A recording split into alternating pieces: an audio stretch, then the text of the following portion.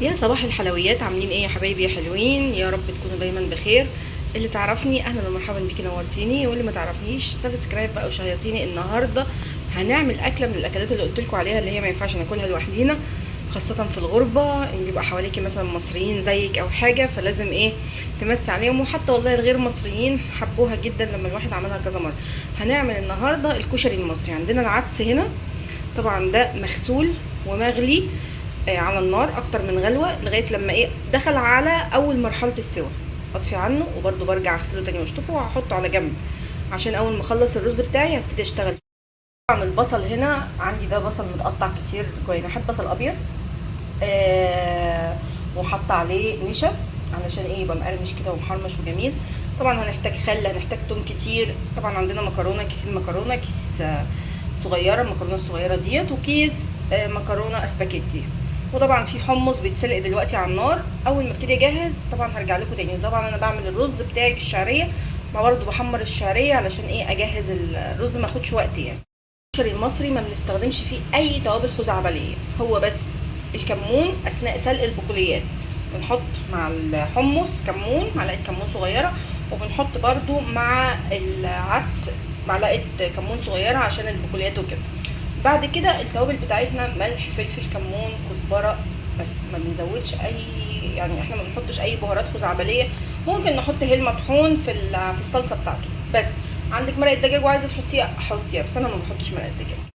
الكميه اللي انا بشوفها مناسبه وبتبقى طعمها حلو، بتبقى زي بتاعه المطاعم بالظبط.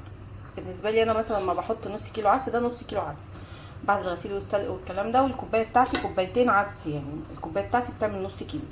نص كيلو. عندي كوبايه شعريه، وكمان هحط 3 كوبايات رز على الشعريه دي.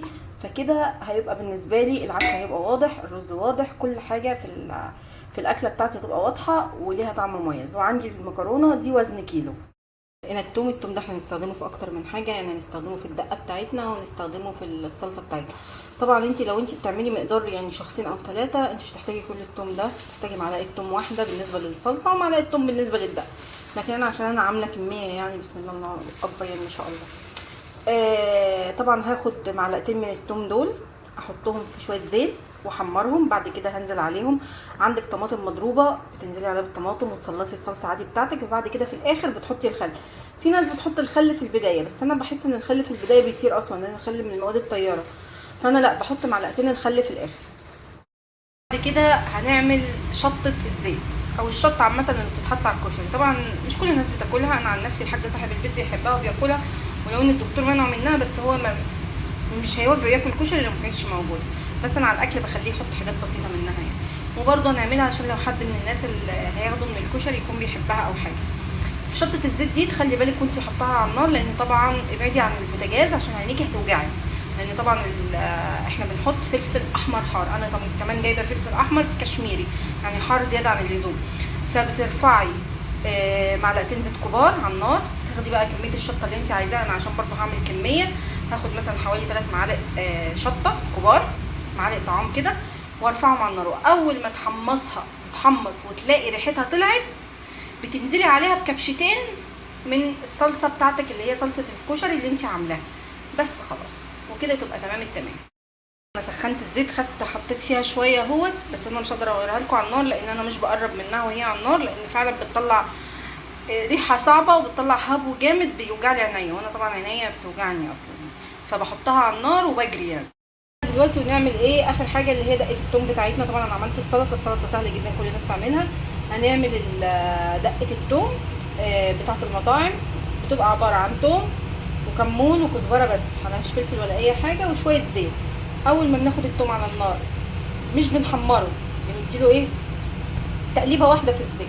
بعد كده بننزل بنص كوبايه خل وكوبايه ميه ونديهم غلوه، وكده تمام التمام. طبعا ده بالنسبه للكميه اللي مثلا انا عاملاها. ممكن تكوني انت عايزه كميه اقل كميه اكتر، بتعايري المقادير بتاعتك زي ما انت عايزه. ده كان الكشري بتاعنا اهوت، والمكرونه والصلصه وصلصه الزيت والدقه والحمص، ولسه البصل بيتعمل على النار. بس حبيت اوريكم الجزئيه دي. بعدين في الفينش بقى النهائي نبدا نحط الطباق، هوريكم نعمل ايه. ده الشكل النهائي طبق الكشري بتاعنا الجميل. ولا تقولي لي افخمها مطعم وبون ابيتي. طبعا خير الصدقات عند الله صدقه الطعام، وتهادوا تحبوا. وافضل الصداقات دايما بتكون من الاشياء اللي احنا بنحبها من انواع الطعام. وطبعا الناس لما بتكون قاعده في مكان، انت قاعده في مكان فيه مغتربين او الكلام ده، الحاجات دي بتفرحهم جدا، خاصه ان هي ايه، ريحه الحبايب، ريحه مصر. كان معكم رانيا سمير، واستلامتي وتشوف الكاكاو.